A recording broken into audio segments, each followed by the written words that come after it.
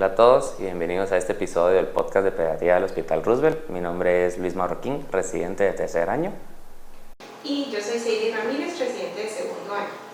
Debo recordarles a todos los que nos escuchan que este podcast no es una consulta médica. Ninguna persona debe considerar la información aquí proporcionada fuera de los fines educativos o por diversión. Por favor, consulten a su médico si ustedes, amigos o familiares cursan con algún problema clínico.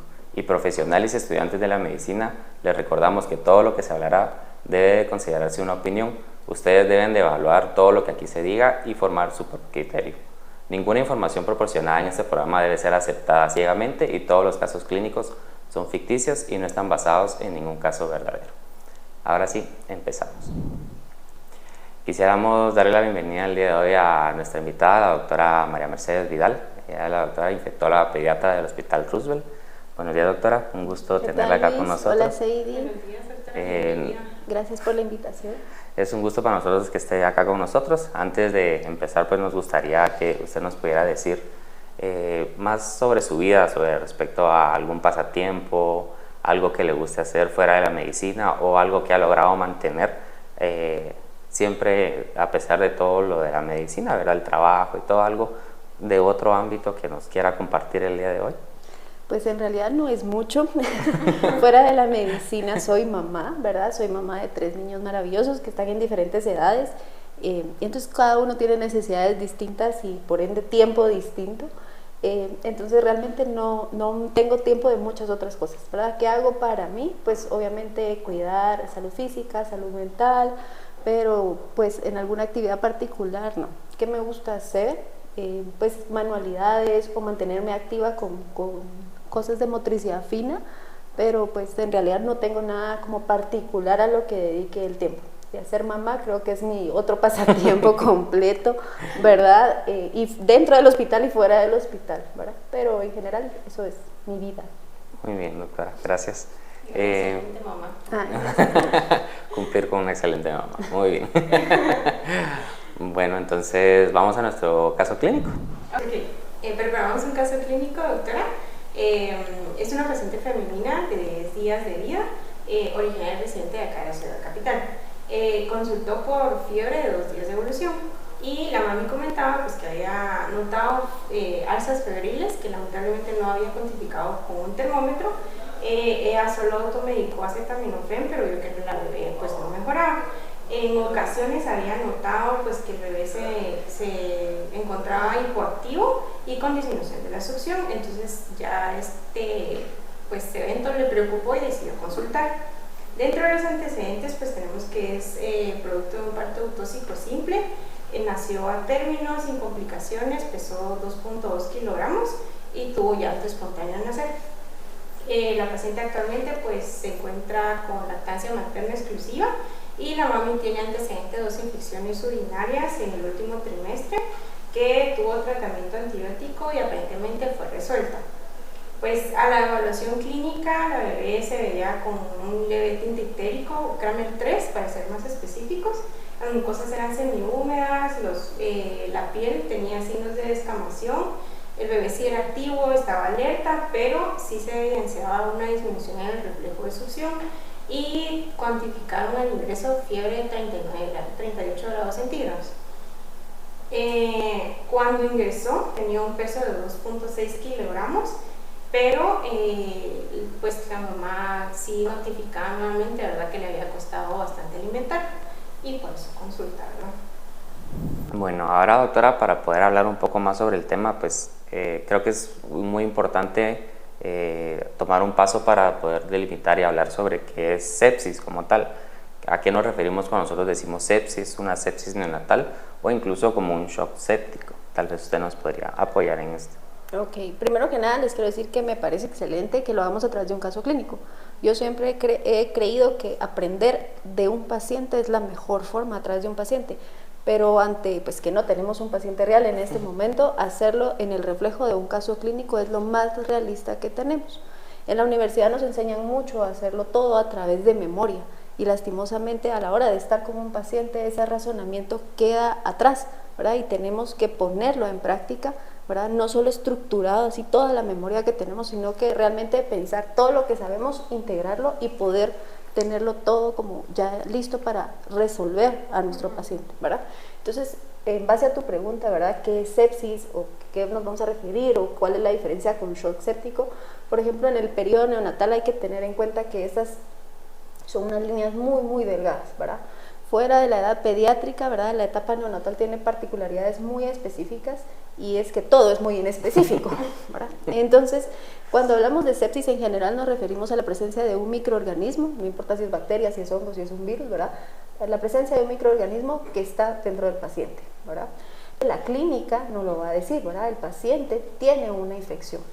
Y cuando vemos estas como definiciones vamos escalando, ¿verdad? Una infección pasa a ser una sepsis pasa a ser un shock séptico, ¿verdad? Pero para que todo esto ocurra, la cascada inflamatoria se está mostrando y nos está dando diferentes fases o pasos de lo que está ocurriendo. ¿Qué quiere decir eso? Estoy en hora cero, en una hora no voy a estar en shock séptico como tal. Bueno, depende, ¿verdad? Sí puede ocurrir, pero paso diferentes circunstancias en una cascada, ¿verdad? Para llegar a eso. No voy de 0 a 100, ¿verdad? Tengo que ir como por pasos. Entonces, esos pasos son los que básicamente definen qué es lo que nosotros tenemos. Cuando nosotros hablamos de sepsis neonatal, estamos diciendo, ok, tengo un microorganismo, tengo la alta sospecha de que un microorganismo está en mi paciente, está en mi bebé, ¿verdad?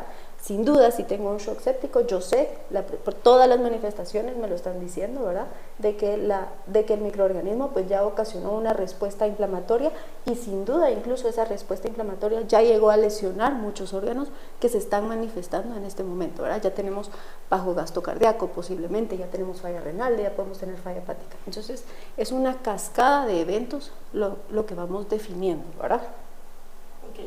¿Y qué riesgos podemos considerar para una sepsis?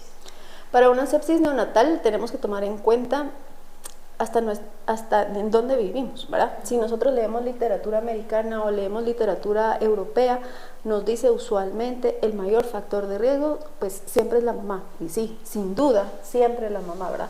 La salud materna es clave para definir si un paciente pueda o no tener sepsis, pero ese no es el único factor. Nos dice que, por ejemplo, si una mamá tiene fiebre, si una mamá tiene coriomionitis, ¿verdad? Esos son como determinantes muy importantes para sospechar. Lastimosamente, pues no son los únicos, ¿verdad? En nuestro medio, algo que yo siempre le recuerdo a los estudiantes es de que nosotros no tenemos esa salud materna que desearíamos tener.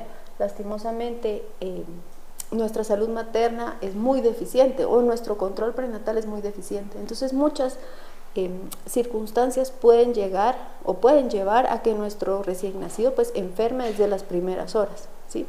Entonces, si lo vemos estructurado así o de libro, ¿verdad? Nos dice la fiebre materna, la coriomionitis, la leucocitosis materna, que la mamá tenga una infección urinaria o incluso una infección vaginal, ¿verdad? Pueden condicionar a que este recién nacido pueda tener una sepsis neonatal. Pero eso es hablando de sepsis neonatal temprana y tardía, pero la tardía también nos define un espacio en donde el paciente, si está hospitalizado, puede adquirir microorganismos hospitalarios. Entonces son diversos factores y ahí es donde ya tenemos que individualizar a nuestro paciente, porque obviamente también entre más pequeño sea nuestro paciente, entre más prematuro sea, más riesgo tiene de que estos factores lo alcancen, ¿verdad? Yo creo que por eso también es importante, y como lo mencionaba ahorita, doctora, el hecho de clasificar la sepsis como tal, ¿verdad? En una sepsis temprana, una sepsis tardía, y creo que radica en la importancia de tanto los gérmenes como que van a afectarnos en el desarrollo del tiempo que lleva, como también los síntomas o signos que pueda tener el recién nacido en este caso. Entonces, tal vez nos pueda abordar un poco más del por qué nos separamos entre sepsis neonatal temprana, tardía. Muy bien, perfecto. De hecho, sí, así, ¿verdad? Lo tenemos que separar porque los factores de riesgo se van modificando. Sabemos que cuando hablamos de sepsis neonatal, pues ya dijimos, ¿verdad? La mamá es clave. Entonces, todo lo que porte la mamá de una u otra forma puede transmitirse a ese recién nacido.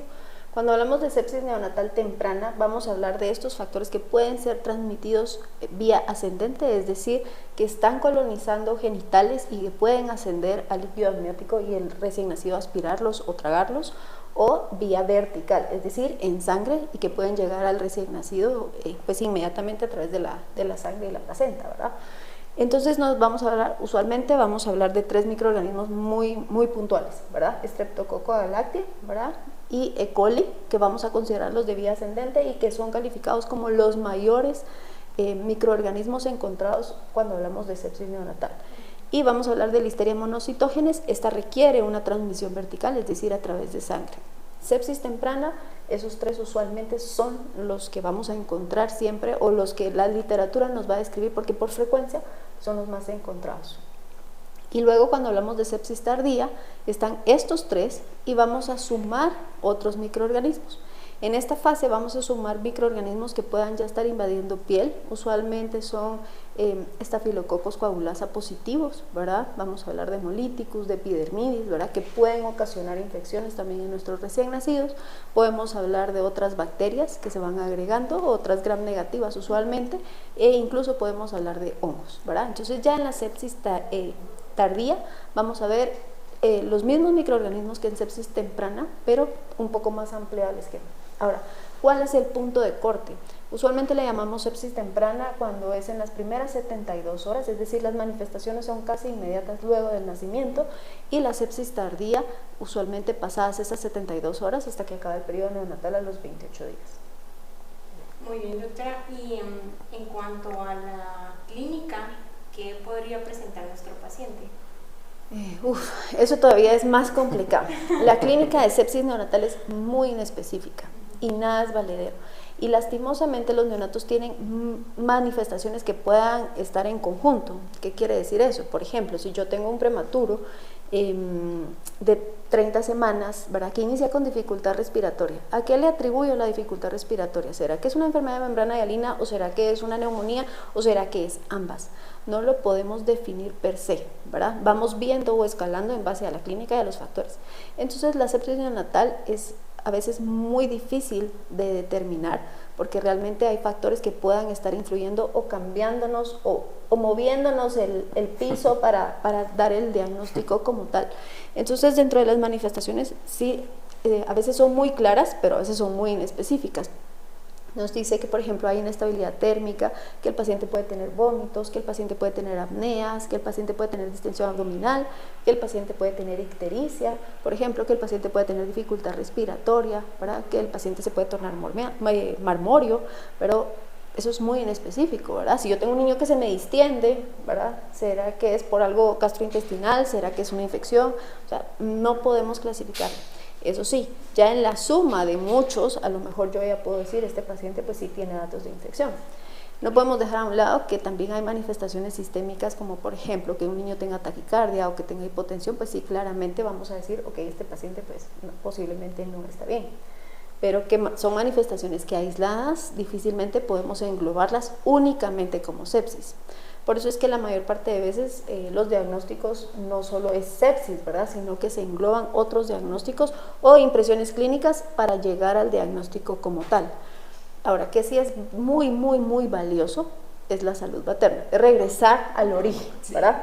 Si nosotros tenemos una mamá que llevó un excelente control prenatal, que no tuvo infecciones o que a lo mejor estuvieron bastante bien controladas, que es un niño a término, que nació en condiciones que nosotros sabemos, vimos, ¿verdad?, o presenciamos porque nosotros recibimos a ese bebé, posiblemente su cuadro sea más benigno, es decir, o lo podemos detectar. Lastimosamente, la mayor parte de pacientes que nosotros vemos en nuestro hospital no es así. Las mamás o no llevan control prenatal o inmediatamente solo llegan a tener a su bebé. Entonces conocemos toda esa historia materna que es muy valiosa, ¿verdad? O a veces las mamás ni siquiera saben porque el sistema de salud pues solo nos lleva como que la carga es una bola de nieve, ¿verdad? Entonces a lo mejor le dieron un tratamiento pero nunca le explicaron para qué era o ya no sabía. Entonces ya llegamos como que a ciegas y no tener esos antecedentes maternos nos deja como pues realmente nos deja en desconcierto porque no sabemos si pueda o no pueda tener infección el niño, ¿verdad? Y esa es como la clásica de que es que no tenemos antecedentes maternos, es que la mamá no viene, no sabemos cómo fue la salud materna. Y entonces muchos niños pues se pueden sobrediagnosticar con sepsis porque en realidad falta esa parte muy importante de saber qué ocurrió con la mamá y qué ocurrió durante ese embarazo, ¿verdad? Bueno, y en este caso pues yo creo que también se complica un poco el abordaje principal que pueda tener el paciente, ¿verdad? Al desconocer tantos factores como maternos nos va a dificultar el primer paso para dar o el primer paso hay que pensar. Entonces, en este caso, ante tanta duda, ¿cuál sería lo principal que deberíamos abordar ante un bebé que sospechemos una sepsis neonatal? Sin duda es el tratamiento, ¿verdad? No tratar a un paciente que sí tiene sepsis nos aumenta la morbimortalidad y cada hora que lo vamos retrasando es una hora menos que tenemos. Aquí hay que recordar un poco la inmunidad del recién nacido y es que intraútero, por así decirlo, el recién nacido está como en un ambiente privilegiado, es decir, no tengo que hacer nada más que madurar y crecer y ser feliz, ¿sí? ¿Verdad? Mi mamá me está defendiendo, yo no tengo nada que hacer, entonces yo tengo una inmunidad, pero pues realmente no la estoy poniendo en práctica, ¿verdad? Todo depende de lo que me está pasando a mi mamá. Es raro el recién nacido que se está defendiendo por una enfermedad materna, ¿verdad? O que desarrolla algún tipo de inmunidad por enfermedad materna, pero intraútero pues realmente no hay mayor cosa que hacer. Pero al momento de que este recién nacido nace, ¿verdad? Y yo siempre les digo, esto es como que una avalancha, o sea, el recién nacido nace a un mundo hostil realmente, entonces someterlo como a que reaccione, a que hagan tantas cosas, ¿verdad? Su inmunidad, me refiero, hablando de inmunidad, puede ser, pues, es un reto básicamente, ¿verdad? La inmunidad que tienen, pues sí, está presente, pero es limitada, ¿verdad? No se da abasto. Entonces, ¿qué quiere decir esto? ¿O por qué a veces sí me enfoco mucho en la parte de inmunidad del neonato? Es de que si no lo tratamos, ese neonato se nos puede llegar a morir, porque su inmunidad no se va a dar abasto para, a veces microorganismos tan simples, ¿verdad? No se va a dar abasto. Y hay un ejemplo que yo siempre les pongo a los estudiantes, básicamente, para que entiendan la importancia de la inmunidad del neonato. Y es de, bueno, si yo les digo que está lloviendo a cántaros, ¿verdad? Y vayan a cerrar la ventana que está en el laboratorio porque el hospital se va a inundar y tienen 5 minutos. ¿Llegan? Sí, todos. Así, llego, porque todos conocen el laboratorio, ¿verdad? Todos conocen dónde está el laboratorio y fácilmente llegan. Pero si yo les digo, hagan el mismo ejercicio, pero lleguen a compras, ¿se van a tardar 5 minutos? Posiblemente no. A lo mejor llegan, pero van a llegar tarde. Y es exactamente lo mismo en la inmunidad del neonato. La inmunidad del neonato sabe, pero en lo que aprende a desarrollarse o en lo que aprende a cómo reaccionar ante un microorganismo, ya llegó tarde. El microorganismo, los bichos nos llevan años de ventaja, ¿verdad? Muchísimos en su evolución. Y tienen mecanismos de defensa, y este neonato no. Entonces, en lo que su sistema inmunológico se activa y entiende lo que tiene que hacer, ¿verdad? Pues ya llegamos demasiado tarde. Entonces, recordar esta parte inmunitaria también nos hace, pues, responder eso, ¿verdad? ¿Por qué es tan importante el tratamiento? Aquí no es de observo nada más, aquí sí tengo que tratar, porque si yo no trato a ese niño y algo se me está escapando, ese niño puede aumentar su mortalidad, ¿verdad? O lo puedo dejar con secuelas permanentes. Entonces, sí es muy importante iniciarles tratamiento en base, o recordando este punto, ¿verdad? Este punto de la inmunidad, ¿verdad? Que les menciono, porque estos niños sí necesitan un tratamiento pronto, ¿verdad? Si yo sospecho como médico que este niño tiene una sepsis, debo iniciar tratamiento. Aquí es muy al revés a veces de lo que aprendemos, ¿verdad? Aquí es trato y después averiguo, ¿verdad? Siempre nos enseñan de no, basémonos en la clínica y vamos viendo. No, aquí sí no, aquí sí es trato y después averiguo, ¿verdad? Exacto. Entonces, ¿qué es importante de esto? Es, ok, recordemos las bacterias que mencionamos. Dijimos que E. coli, Streptococcus lactis, ¿verdad? Y Listeria. Entonces, como esas son las principales, todas las guías usualmente van a estar basadas exactamente en el mismo flechazo a los mismos bichos, ¿verdad?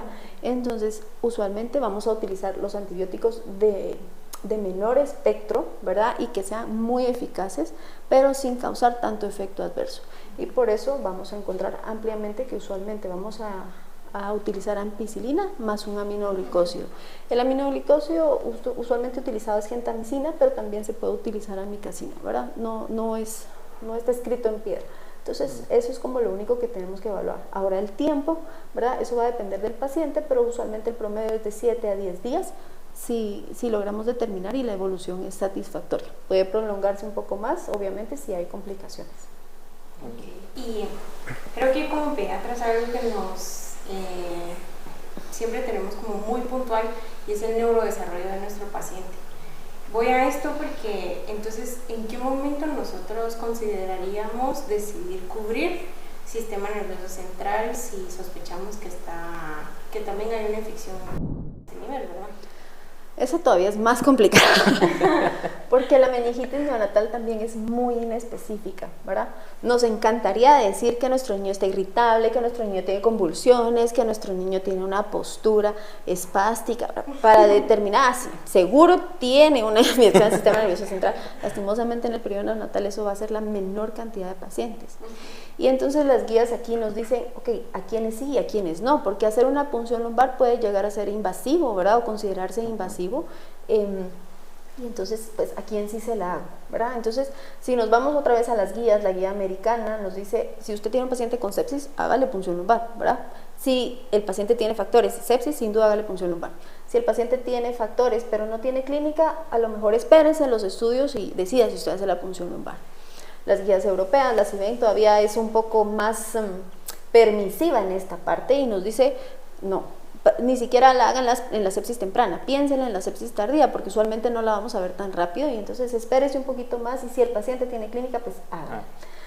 Ahora, yo entro en conflicto personal con estas guías, y siempre se los digo porque estas guías están basadas en hospitales en donde las mamás tienen control prenatal. Nuevamente regresamos a lo mismo, la salud materna aquí no la tenemos, lastimosamente es algo que nos hace falta mucho, todavía estamos a años luz, ¿verdad? En estos hospitales las mamás son controladas y son tamizadas, por ejemplo, contra estreptococo del grupo B. Entonces sabemos por default que si la mamá no está colonizada, ni siquiera voy a pensar en el microorganismo, ¿verdad? Que si la mamá tiene estudios y a lo mejor es una mamá sana, no tengo por qué pensar en sepsis, tengo que pensar en otras patologías per se neonatales. El problema es que aquí no, aquí vamos a ciegas tratando todo como se nos va viniendo en el camino. Y entonces se nos sale un poco de control a quién sí y a quién no, porque no podemos basarnos únicamente en estas guías. Creo que eventualmente tenemos que tener algo local que nos diga a quién sí y a quién no. Y ahora se nos complica más, porque las guías también nos dicen, ok, si usted no está seguro, pues inicie tratamiento, hágale todos los estudios a su paciente y va viendo cómo va esa evolución.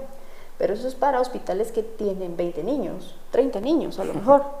Nosotros tenemos 100, usualmente en una unidad, ¿verdad? Y siempre en hacinamiento y sobrepoblados. Entonces, que un médico esté para 3 niños, eso es básicamente imposible, ¿verdad? Si estuvieran en lo privado, pues a lo mejor sí, como médicos están sobre su paciente y cada hora están viendo los cambios, o si hay alguna manifestación clínica que se va modificando. Pero en un paciente que está en un hospital público, difícilmente vamos a tener esa atención o esa observación tan cercana con nuestro paciente y vamos a ver los cambios como a grosso modo. Entonces, algo se nos puede escapar. Entonces, yo siento que en un hospital como en el que nosotros estamos, no podemos irnos solo por guías, que es excelente porque eso es la evidencia científica. O sea, sí tenemos que tener una base, pero al final de cuentas, transportarlo a nuestra localidad, por así decirlo, o a nuestra realidad, ¿verdad? Lo tenemos que adaptar a nuestra realidad porque algunos niños se nos pueden escapar. Los estudios nos dicen que un niño que tiene infección en el sistema nervioso central no va a tener síntomas específicos. Un niño que hace una apnea puede ser una meningitis, un niño que se distiende puede ser una meningitis, un niño que vomita puede ser una meningitis. Pero entonces eso también es lo mismo de sepsis, ¿sí? Es lo mismo y puede ser exactamente lo mismo. Y también nos dicen los estudios que un hemocultivo positivo, porque por ejemplo algunas guías les dicen, si tiene un hemocultivo positivo a un gram negativo, seguro hágale punción lumbar. O si tiene un estreptococo tiene hágale punción lumbar. Y no todos los niños con meningitis tienen un hemocultivo positivo, lastimosamente, ¿verdad? Entonces puede ser que algo se nos escape, ¿verdad? Entonces sí tenemos que considerarlo y ahí tal vez individualizar un poquito al paciente en base a manifestaciones, en base a retroceder, antecedentes, ¿verdad? Y algo que yo siempre le recomiendo a los residentes es, si tenés la sospecha, hacer la punción lumbar, seguro. O sea, si tú pensaste en algo, por algún motivo se te atravesó a meningitis, hacer la punción lumbar, ¿verdad? Y no te quedes con la duda de si tu paciente tiene o no tiene meningitis, porque eso le puede costar después, ¿verdad? O, pues la vida o su neurodesarrollo. Entonces, si lo sospechan, sin duda háganlo, ¿verdad? Entonces, creo que más por ese lado, ¿verdad? Tenemos que considerar a quiénes le hacemos punción lumbar o a quiénes no. Sin duda, vuelvo a retroceder, si tenemos una mamá que tiene diagnóstico de coriomionitis, tenemos a un recién nacido prematuro, ¿verdad? ¿Por qué no hacerle punción lumbar si tiene todo el riesgo de tener una meningitis neonatal, ¿verdad? Entonces, ese tipo de pacientes, pues a lo mejor el escenario es un poco más fácil de decidir. Por mucho que el niño esté estable, tiene un factor de riesgo muy, muy importante, ¿verdad? Obviamente la contraparte es un niño que está completamente estable y que no le vemos ninguna manifestación y que los laboratorios están bien. Entonces a lo mejor en ese niño podemos aguantarlo o esperar según la evolución, ¿verdad? Pero eso ya es individualizar como el contexto de nuestro paciente, ¿verdad? Pero como les digo, nuestro hospital es completamente diferente, ¿verdad? O se sale de lo que realmente tenemos. Muy bien. Y entonces, en estos casos, pues, bueno, tomamos el conocimiento, tomamos la conciencia, abordamos a nuestro paciente, pero nos vamos a detener en el paso de aquí para adelante, cómo nos vamos a guiar.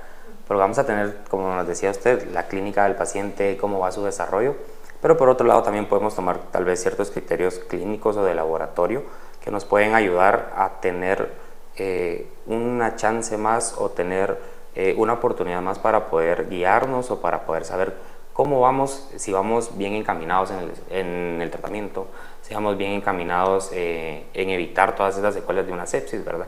Entonces, en este caso, ¿cómo nos podemos nosotros ayudar, más que todo de laboratorio, para poder tener un seguimiento de estos pacientes? Cuesta un montón, de verdad que no hay respuestas apropiadas, ¿verdad?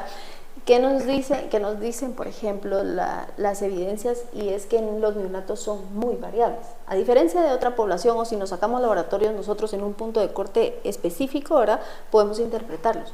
Pero en un recién nacido cambia incluso hasta por las horas de vida. O si hay factores asociados, es decir, si tiene dificultad respiratoria por algún motivo, esos laboratorios se pueden alterar y hay que considerarlo a la hora de la interpretación. Entonces, sí, hay estudios que se pueden utilizar. Obviamente la clínica es lo más importante que nosotros vamos a ver. Saber leer a ese paciente o saber interpretar lo que nos está diciendo su clínica y ponerla todo en contexto, eso es como lo más valioso que nosotros vamos a tener para decir, sí, creo que este niño tiene sepsis, ¿verdad? Pero integrar toda esa parte clínica. Ahora, ¿con qué nos podemos apoyar? Sin duda una hematología es de gran apoyo, pero es bastante inespecífica, ¿verdad? ¿Qué es valioso revisar en la hematología? Pues obviamente la línea celular de glóbulos blancos, ¿verdad? Pero el diferencial no es muy valioso para nosotros, excepto si el paciente tiene neutropenia. La neutropenia sí nos dice o nos predice un poco de mal pronóstico en cuanto a sepsis, ¿verdad? Entonces, eso es algo que tenemos que ver. Pero los glóbulos blancos también hay que tomar en cuenta que varían incluso por la edad, ¿verdad? Y que podemos tener cifras elevadas y que para el neonato es completamente normal, ¿verdad? Y al nacimiento incluso, ¿verdad? Son muchísimo más elevados. O si el niño se asfixió, obviamente también vamos a tener un reflejo de eso. Entonces, influyen como muchos factores. Las plaquetas también nos sirven en la sepsis, pero usualmente cuando la sepsis ya está instaurada porque ocurrió daño endotelial. Pero para decirnos como de nacimiento que un niño tenga trombocitopenia, posiblemente la trombocitopenia es por otra causa, ¿verdad? Y hay que evaluar, porque sí, también la trombocitopenia puede ser por causas ajenas. Entonces nuevamente volvemos a caer en qué tan específico es esto o qué tan sensible pueda ser, ¿verdad? Entonces sí, puede ser sensible, pero es muy poco específico. Luego tenemos, por ejemplo, la PCR, ¿verdad? La proteína C reactiva, que también va variando en cuanto a las horas de vida del paciente, ¿verdad? Si la hacemos inmediatamente, sin duda podemos, al nacimiento, ¿verdad?, sin duda podemos tener un laboratorio que no refleje la realidad. Ahora, incluso una proteína C reactiva hay que valorarla porque realmente es muy inespecífica cuando hablamos de sepsis, solo nos dice que pues algo está ocurriendo o hay algún tipo de inflamación que no necesariamente es por sepsis. ¿Qué nos va diciendo, verdad? Es que existe algo en nuestro paciente, pero realmente no lo podemos encauzar como sepsis. Sí nos puede ayudar un poco más en el valor predictivo negativo que pueda tener, ¿verdad? Y no solo una medición, posiblemente mediciones consecutivas que vayamos teniendo.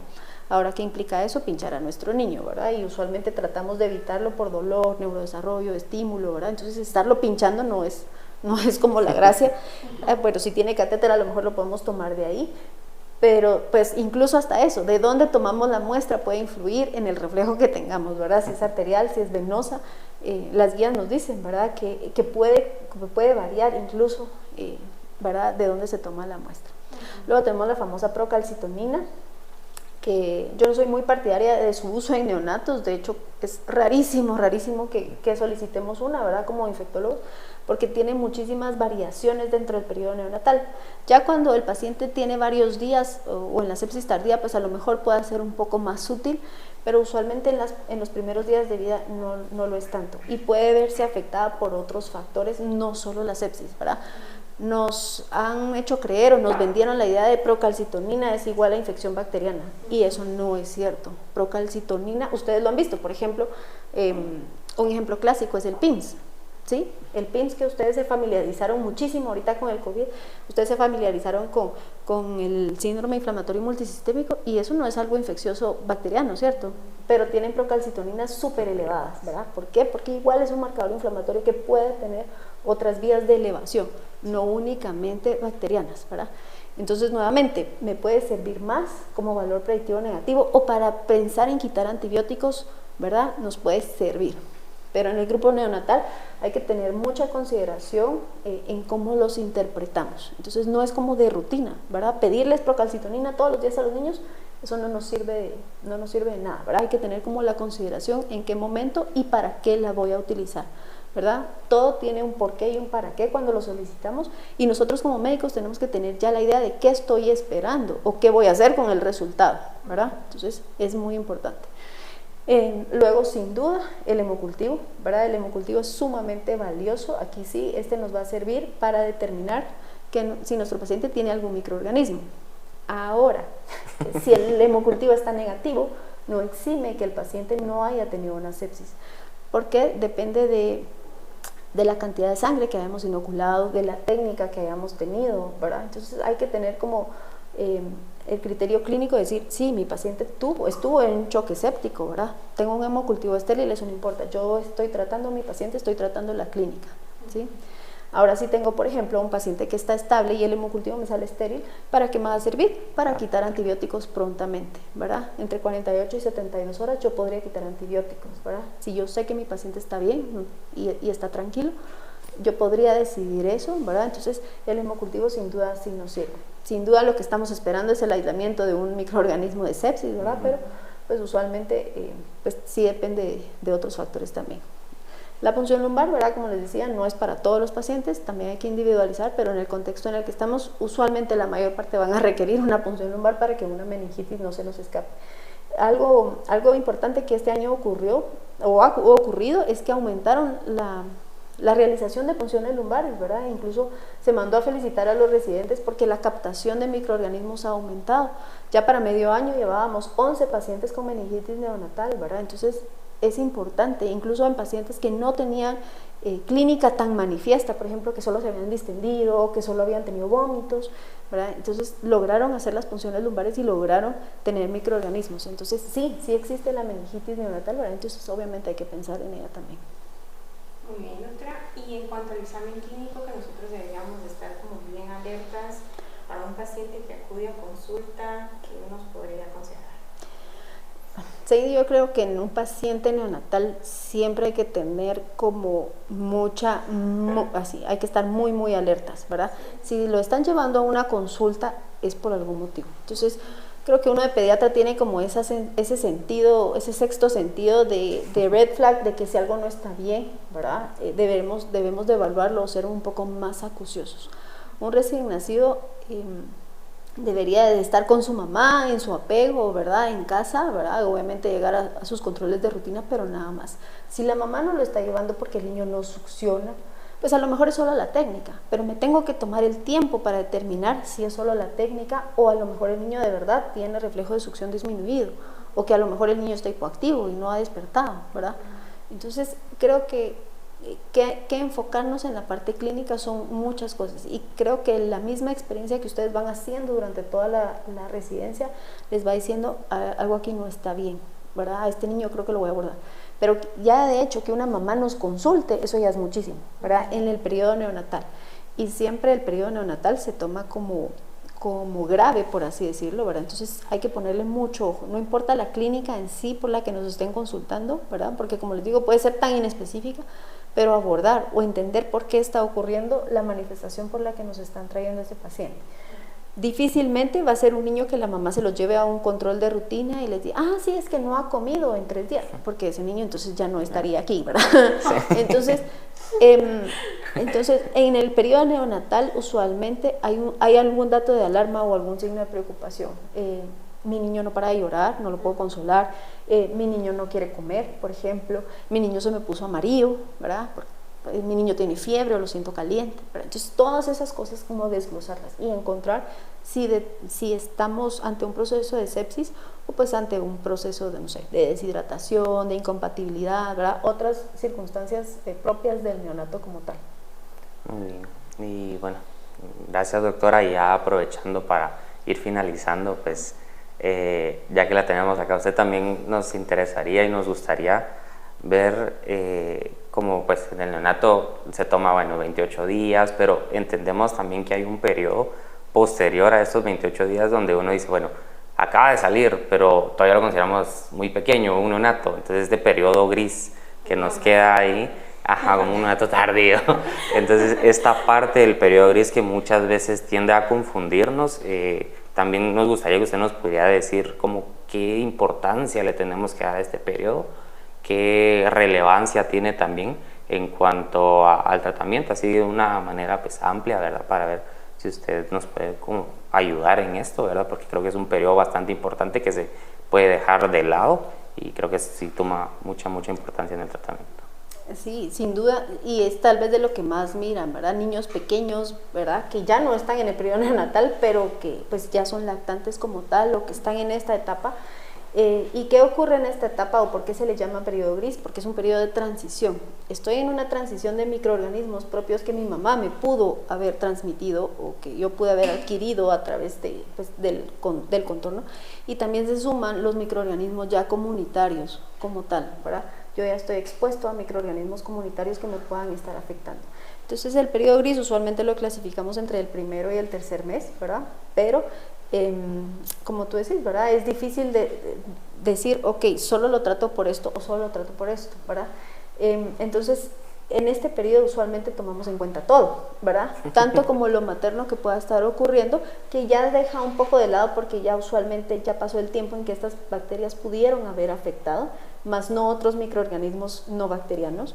Y se nos suma también la parte de microorganismos comunitarios, ¿verdad? Neumococo, por ejemplo, o Haemophilus influenza.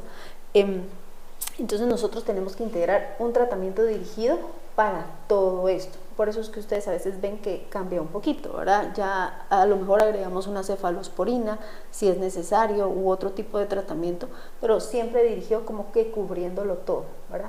Aquí los niños suelen tener un poco más de clínica o ya son un poco más... siguen siendo inespecíficos, pero a lo mejor ya más localizado. ¿A qué me refiero? ¿Verdad? En un paciente ya, por ejemplo, de 2 meses, a lo mejor si llega con dificultad respiratoria, la historia de rinorrea, ¿verdad? Claramente, si tiene estertores, focaliza un poquito mejor, porque ya su inmunidad le da para focalizar un poquito mejor. Eso no quiere decir que no tenga un microorganismo en sangre, pero focaliza un poco más, mientras que en el periodo neonatal no, ¿verdad? Un paciente con neumonía puede tener un choque séptico, ¿verdad? Entonces, cambia un poquito esa parte clínica, ¿verdad? Como que ya podemos encontrar un poco más focalizado la manifestación que el paciente nos está queriendo transmitir, ¿verdad? Pero puede ser que no, ¿verdad? Entonces hay que tener como esa consideración de cubrir toda esta parte, ¿verdad? Para iniciar un tratamiento o decidir iniciar un tratamiento en este periodo que se sale un poquito del huacán. Bueno, doctora, muchísimas gracias. Le agradecemos el tiempo, el conocimiento, sobre todo que nos está brindando el día de hoy. Gracias por compartir esto con todos los que nos van a ver y escuchar. ¿Algo más que usted quiera comentar? ¿Algo pues extra? Muchas gracias a ustedes por la invitación. Bueno, muchísimas gracias. Agradecemos a todos los que nos ven, a todos los que nos escuchan y pues atentos a nuestros próximos programas. Muchas gracias.